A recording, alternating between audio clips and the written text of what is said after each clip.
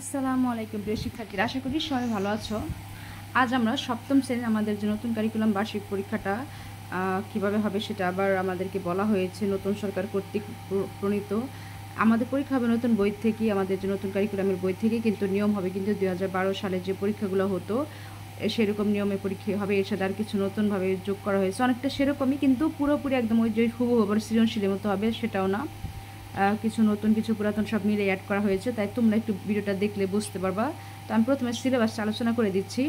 তোমরা এর জন্য অবশ্যই চ্যানেলটি সাবস্ক্রাইব করে রেখো, যেন আমি যখনই ভিডিও আপলোড দিই পরীক্ষার যত সমাধান এবং কিছু বাড়তি প্রশ্ন উত্তর আমি তোমাদেরকে দিয়ে দিব। এটা কিন্তু নমুনা, এখানে প্রশ্ন দেখানো হবে, আমি দেখিয়ে দিচ্ছি, তাই ভিডিওটা অবশ্যই তোমরা পুরোটা দেখবা। বার্ষিক পরীক্ষার পাঠ্যক্রম বা সিলেবাস এখানে দেখো। আমাদের যে অভিজ্ঞতার নাম, মানে অভিজ্ঞতার নাম তো তোমরা জানো হিসাবে অধ্যায়ের নাম, ঠিক আছে। আমাদের যেহেতু নতুন বই থেকে হবে তাই অভিজ্ঞতার নাম দেওয়া হয়েছে, আমরা কিন্তু জানি এটা অধ্যায়ের নাম, ঠিক আছে। এখানে আছে বাইনারি সংখ্যার গল্প, এটা হচ্ছে 141 পেজ থেকে 160 পৃষ্ঠা পর্যন্ত। তারপরে চলো বৃত্ত চিনি, এটা হচ্ছে 161 পেজ থেকে 180 পেজ পর্যন্ত। তারপরে বীজগাণিতিক রাশির উৎপাদক, গসাগু ও লসাগু, এটা হচ্ছে 181 থেকে 190 পেজ পর্যন্ত।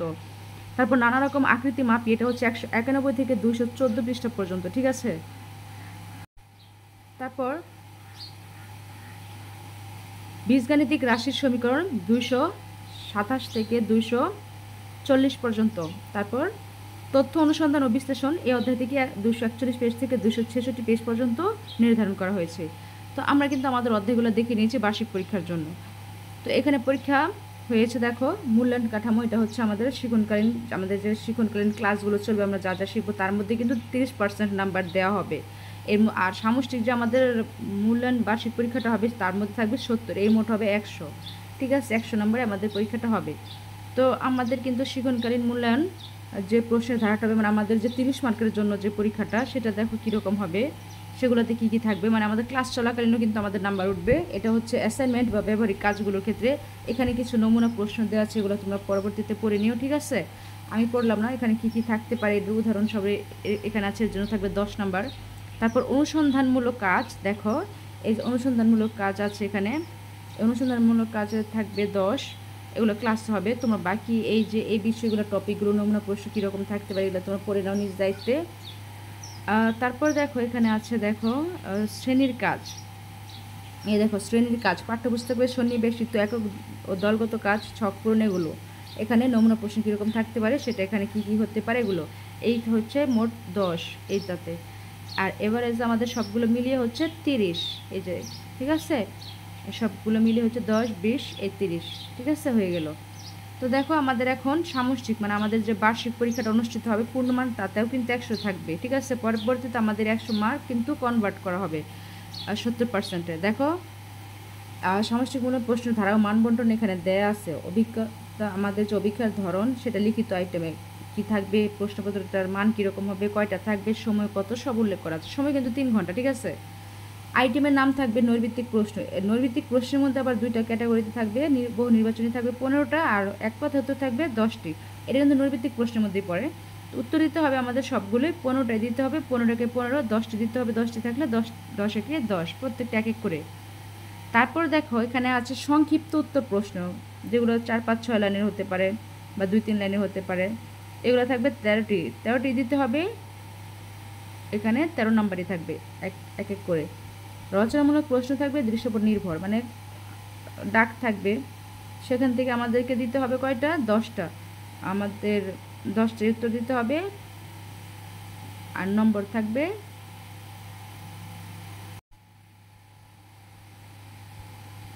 আর এখন দেখো আমাদের যে প্রশ্ন নমুনাটা সেটা এখন এখানে দেয়া আছে।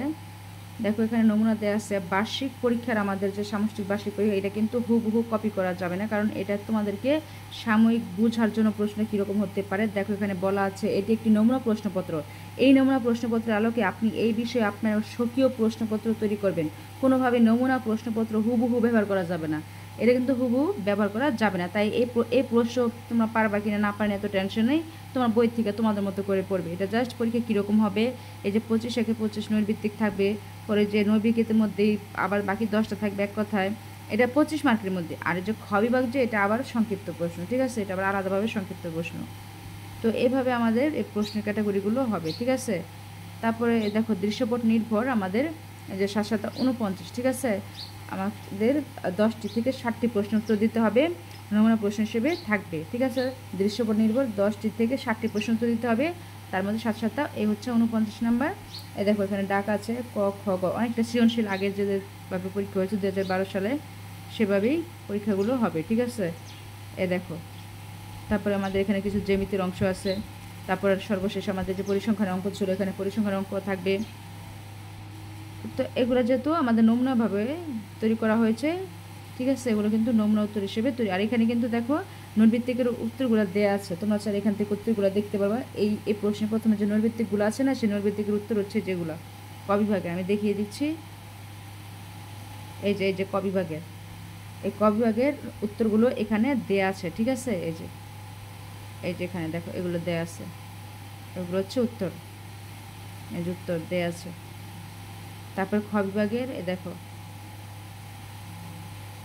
গ বিভাগের প্রশ্ন উত্তর রুবিক্স, মানে একটা উত্তর কীভাবে হতে পারে সেটা তোমাদেরকে এখানে দেয়া আছে, তোমরা চাইলে এখান থেকে খুব ইজিলি পড়লে বুঝতে পারবা, ঠিক আছে। যে উত্তর আমি তোমাদেরকে দেখিয়ে দিলাম। আর বাকিগুলো আমি তোমাদেরকে বিস্তারিত নিজে অতিরিক্ত যখন প্রশ্ন উত্তর সহ তৈরি করবো, যেগুলো তোমাদের জন্য ইম্পর্টেন্ট, সেগুলো আমি তোমাদেরকে এই চ্যানেলে দিয়ে দেবো। তার চ্যানেলটা অবশ্যই সাবস্ক্রাইব করে রেখো, যেন আমি যখন ভিডিও আপলোড দিই তোমরা পেয়ে যাও। আর মাঝে মধ্যে নিজের এসে চেক দিও যে আমি ভিডিওগুলো আপলোড দিচ্ছি কি না, তোমাদের আমি একটু দেখি নতুন এগুলো কী হবে, সেখানে আমি তোমাদেরকে একদম ইম্পর্টেন্ট কিছু সাজেশন দিয়ে দেবো, তোমাদের জন্য অনেক ভালো হবে, উপকার হবে। তো আমি এখানে বিদায় নিচ্ছি, সব ভালো থেকো, সুস্থ থেকো, আল্লাহ হাফেজ।